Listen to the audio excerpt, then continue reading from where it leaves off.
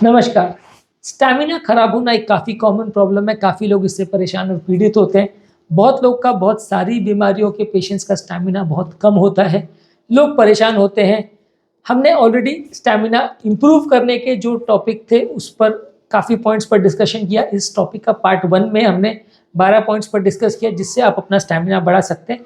आज उसी टॉपिक को कंटिन्यू करेंगे और कुछ और पॉइंट्स पर बात करेंगे, जिससे आप अपने स्टैमिना को बढ़ा सकते हो, आपकी एफर्ट टॉलरेंस को बढ़ा सकते हो, जिससे कि हार्ट की, लंग्स की अलग-अलग बीमारियों से निपटने में आपको मदद मिलेगी।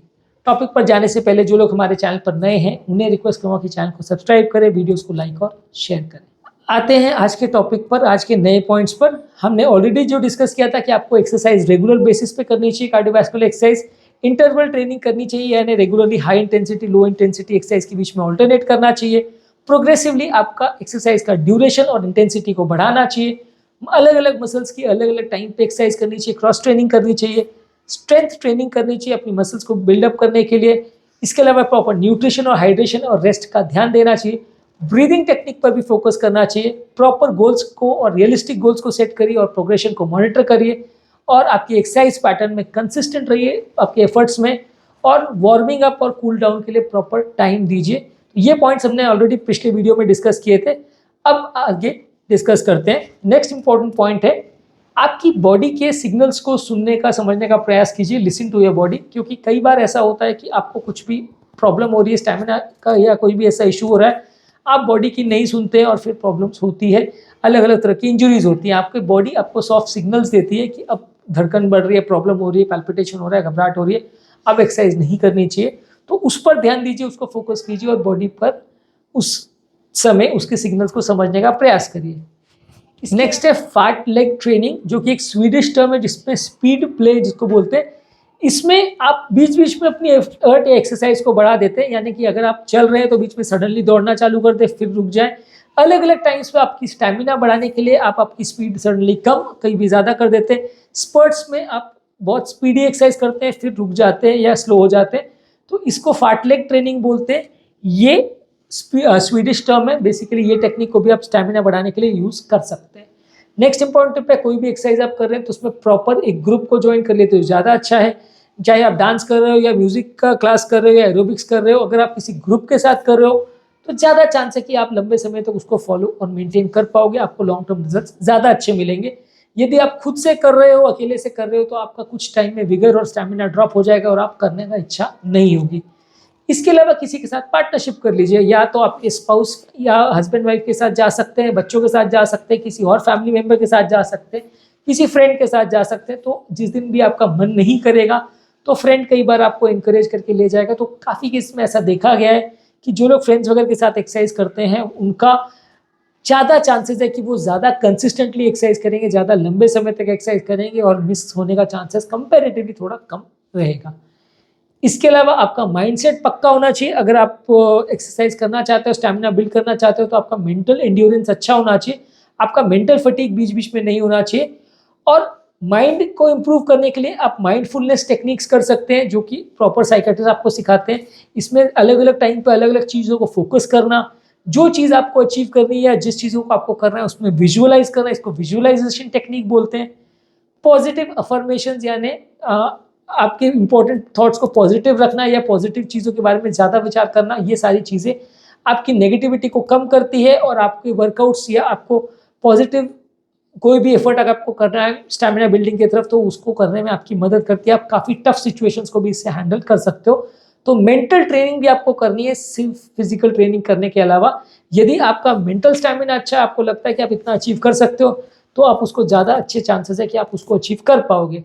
मान लीजिए आप मैराथन दौड़ रहे हो, आपका शरीर तो आपका साथ दे रहा है या कभी कभी नहीं भी दे रहा है, पर आपका मेंटल बैलेंस ये है कि आपको दृढ़ निश्चय है कि आप उसको पूरा करके रहोगे, तो काफ़ी चांसेस है कि आप उसको कर लोगे। तो वहाँ पे आपका स्टैमिना भले कम है, मेंटल स्टैमिना या मेंटल एंड्योरेंस ज़्यादा है। तो वो चीज़ों भी आपका स्टैमिना को इम्प्रूव करने में वर्क करती है, कि शारीरिक स्टैमिना के साथ दिमाग का स्टैमिना भी स्ट्रांग होना चाहिए। इसके अलावा मेंटल स्ट्रेस को कम रखिए। स्ट्रेस आपकी बॉडी में स्ट्रेस हार्मोन्स को बनाता है, जो बॉडी को अलग अलग तरह से डैमेज करते हैं। डीप ब्रीदिंग एक्सरसाइज, योगा, प्राणायाम, ये सारी चीज़ों को करके, मेडिटेशन को करके आप स्ट्रेस हार्मोन्स को कम कर सकते हैं। स्टैमिना बढ़ाने के लिए आप म्यूजिक को यूज़ कर सकते हैं। काफ़ी लोगों में ऐसा देखा गया है कि जब वो कोई भी एफर्ट म्यूजिक के साथ करते हैं, रिजल्ट ज़्यादा अच्छे मिलते हैं। अगर आप वो चीज़ों को बोर होते होते करोगे तो काफ़ी चांसेस है कि आप बीच बीच में छोड़ दोगे। तो जो भी चीज़ में आपको इंटरेस्ट है उस चीज़ में इन्वॉल्व हो जाइए और उसको सुनते रहिए, तो आप ज़्यादा देर तक काम कर पाएंगे, ज़्यादा अच्छे से कर पाएंगे। अलग अलग तरह के वर्कआउट्स को चेंज करिए। कभी आप वॉकिंग कर रहे हैं तो कभी डांसिंग, कभी स्विमिंग, कभी जॉगिंग, कभी रनिंग, कभी रोइंग। अलग अलग तरह की एक्टिविटीज़ को आप करेंगे तो अलग अलग सेट्स ऑफ मसल आपकी ट्रेन होंगी और आपका इंटरेस्ट भी बना रहेगा। अगर आप एक ही मॉर्निंग वॉक के लिए जाते हो, रोज उतना ही करके वापस आ जाते हो, तो काफ़ी चांस है कि 2-4 महीने के बाद आप थक जाओगे, बोर हो जाओगे और नहीं करना चाहोगे। जब आप अलग अलग तरह की वर्कआउट्स को करोगे तो चांसेस है कि आप ज़्यादा अच्छा रिजल्ट अचीव कर पाओगे, ज़्यादा अच्छा आपका वर्कआउट हो पाएगा, ज़्यादा लंबे समय तक आप उसको मेंटेन कर पाओगे और सारी मसल्स भी अलग अलग तरह से एक्टिवेट और स्टिमुलेट होंगी, तो रिजल्ट ज़्यादा अच्छे मिलेंगे। इसके अलावा ज़रूरी है कि जो भी एक्सरसाइज में आप कर रहे हो उसका पोस्चरिंग प्रॉपर होना चाहिए। जो बॉडी का एक्टिविटी है वो प्रॉपर तरीके से होना चाहिए। कुछ भी रैंडम तरीके की आप मूवमेंट करोगे तो उस हिसाब से आपको इंजरी ज़्यादा होंगी और सही तरीका नहीं हो पाएगा। स्टैमिना बिल्डिंग करने के लिए चाहे वॉकिंग कर रहे हो, रनिंग कर रहे हो, जो भी ट्रेनिंग कर रहे हो, प्रॉपर उसका तरीका होना चाहिए। आप गलत तरीके से चलोगे, दौड़ोगे तो जॉइंट्स वगैरह का प्रॉब्लम और मसल में इंजरीज होने का चांस दोनों बढ़ जाता है।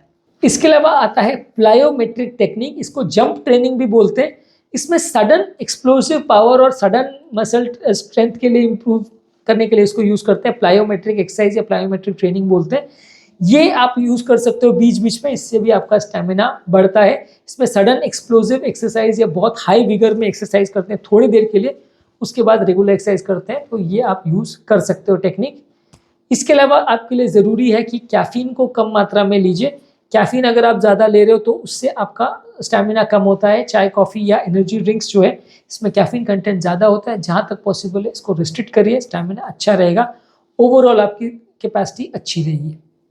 इसके अलावा ज़रूरी है कि आपकी ट्रेनिंग में पीरियोडाइजेशन करें। जो भी आपका ट्रेनिंग प्लान है उसमें अलग अलग चीज़ों में अलग अलग पीरियड पे अलग अलग चीज़ों पर फोकस करिए। मान लीजिए थोड़े टाइम में आप स्टैमिना पर फोकस कर रहे हो, थोड़े टाइम मसल बिल्डिंग पर फोकस कर रहे हो, कोई टाइम इंड्योरेंस पर फोकस कर रहे हो, थोड़ी टाइम स्ट्रेंथ ट्रेनिंग पर फोकस कर रहे हो, कुछ टाइम रिकवरी पे फोकस कर रहे हो। तो आपके एक्सरसाइज के फील्ड्स में अलग अलग एक एक महीना ये इस पे फोकस किया, एक महीना उस पे फोकस किया, तो अलग अलग टाइप का पीरियड्स में अपने एक्सरसाइज को डिवाइड करिए। तो इससे आपका इंटरेस्ट भी बना रहेगा और आपका ओवरऑल स्टैमिना भी अच्छा रहेगा। लॉन्ग टर्म आपका मसल अलग तरह से डेवलप होगा और उसमें आपका मसल का बल्क और कट्स और सारी चीज़ें जो है ओवरऑल अच्छा इंप्रूव करेगी जब आप उसको अलग अलग पीरियड्स में चैनलाइज करेंगे तो आपकी एनर्जी को। इसके अलावा एक्सरसाइज जब आप कर रहे हैं तो एनवायरनमेंट थोड़ा कूल और एंजॉयबल होना चाहिए। बहुत ज़्यादा गर्मी अगर हो रही हो, बहुत ज़्यादा पसीना वगैरह आ रहा हो, तो इससे आपका ट्रेनिंग और स्टैमिना अच्छा नहीं होगा। बहुत ज़्यादा एक्सर्शन आपका बढ़ जाएगा, मसल फटीग बढ़ जाएगा और आपको सुस्ती ज़्यादा होगी। इसलिए आइडियली एयर कंडीशन एनवायरनमेंट में या अच्छे जिम के एनवायरनमेंट में जहाँ प्रॉपर आपका बॉडी ठंडा रह रहा हो, वहाँ पे इसको एक्सरसाइज करेंगे तो स्टैमिना ज़्यादा अच्छा मिलेगा। इसके अलावा ज़रूरी है कि पॉजिटिव रीइंफोर्समेंट करते रहिए, यानी जो भी चीज़ आप अचीव किया उसको बारे में अच्छा सोचिए, अच्छा बोलिए, उसके बारे में अच्छे विचार लाइए, तो आपका रिजल्ट ज़्यादा अच्छा मिलेगा। अगर आप किसी भी चीज़ के बारे में अपने आप को स्टिमुलेट करते हैं, मोटिवेट करते हैं कि मुझे ये करना है, ये अचीव करना है, आज मैंने जो किया वो बहुत अच्छा किया, कल मुझे और अच्छा करना है, तो ये छोटा छोटा मोटिवेशन भी आपके स्टैमिना को बढ़ाने में लॉन्ग टर्म बहुत मदद करता है। तो खुद को रीइंफोर्स करिए, खुद को इनकरेज करिए और उसको बिल्ड ऑन करिए, एक लेवल से दूसरे लेवल पर लेके जाइए खुद को इनकरेज करते हुए। और जो भी गोल्स आप सेट करें वो रियलिस्टिक अचीवेबल गोल होना चाहिए। कुछ भी फालतू गोल अगर आप सेट कर लेते हैं और उसको अचीव करने का प्रयास करते हैं तो आपको रिजल्ट अच्छे नहीं मिलेंगे। जैसी तरह से आप अपने स्टैमिना बढ़ाना चाहते हैं या एफर्ट टॉलरेंस को इंप्रूव करना चाहते हैं, उसका गोल रियलिस्टिक होना चाहिए। अब हर आदमी कोशिश करेगा कि मुझे आर्नोल्ड श्वार्ज़नेगर बनना है, तो वो कभी अचीव नहीं कर पाएगा और फाइनली डिप्रेशन में चला जाएगा। आपको ये देखना है कि यार मेरे आसपास मेरे को हार्ट का प्रॉब्लम है तो मुझे स्टैमिना बढ़ाना है, मेरा वो गोल है। या मेरे आसपास कोई व्यक्ति है जो जिसकी अच्छी खासी बिल्ड है, मुझे उसका 50-60% भी हो जाएगा तो चलेगा।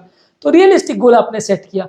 आपने पहले दिन से पोस्टर जाके देखा आर्नोल्ड श्वार्ज़नेगर, मुझे तो ऐसी बॉडी बनानी है, मैं तो यही करूंगा, तो वो फिर अनरियलिस्टिक गोल हो जाएगा। जो 1-2 महीना तो आप करोगे, तीसरे महीने से उसकी वही पोस्टर को देख के आपको डिप्रेशन होने लग जाएगी, यार ये तो मैं अचीव कर ही नहीं सकता। जो चीज़ आप अचीव कर सकते हो उसी पर फोकस करिए। आप डांस की प्रैक्टिस कर रहे हो, गोल सेट करोगे कि मैं 3 महीने में प्रभुदेवा जैसा हो जाऊंगा, तो वो अनरियलिस्टिक होगा। उसमें आपको सालों तक ट्रेनिंग करनी पड़ेगी, तो आप शायद उस लेवल तक पहुंच पाओ, और वो भी पहुंच पाओ या नहीं पहुंच पाओ कोई गारंटी नहीं है। लेकिन अगर आप ये सोचोगे कि मुझे इस व्यक्ति के जैसा करना है, तो थोड़ा इम्प्रोवाइज करना है जो कि आपके अभी के लेवल से थोड़ा आगे है, तो आपके लिए वो रियलिस्टिक गोल होगा। जो आप उस व्यक्ति को देखोगे जो आपसे हज़ारों कोस आगे है या हज़ारों कदम आगे है, तो फिर वो अनरियलिस्टिक गोल हो जाएगा, उसको आप अचीव नहीं कर पाओगे, डिप्रेशन में जाओगे, स्टैमिना और ओवरऑल एफर्ट टॉलरेंस कम ही होगा। आज के टॉपिक में हमने कुछ और टॉपिक्स पर बात करी जो आपके स्टैमिना बिल्डअप करने के लिए आपकी मदद करेगा। इसमें ज़रूरी है कि आप मेंटल स्ट्रेस को कम करिए, म्यूजिक को सुनिए, प्लायोमेट्रिक टेक्निक को यूज़ कर सकते हैं, अलग अलग तरह के वर्कआउट्स कर सकते हैं। इसमें कॉफ़ी या कैफीन को आपको कम रखना है। तो अपने एक्सरसाइज के एफर्ट को पीरियडाइज कर सकते हैं, यानी अलग अलग फेजेस में अलग अलग एफर्ट को कम ज़्यादा करना या चैनलाइज कर सकते हैं। एनवायरनमेंट को ठंडा रखिए, पॉजिटिव रीइंफोर्समेंट या खुद को इंकरेज करिए और रियलिस्टिक गोल सेट करिए, तो आपका ओवरऑल परफॉर्मेंस बेटर होगा। टॉपिक एंड करने से पहले जो लोग हमारे चैनल पर नए हैं उन्हें रिक्वेस्ट करूँगा कि चैनल को सब्सक्राइब करें, वीडियोस को लाइक और शेयर करें।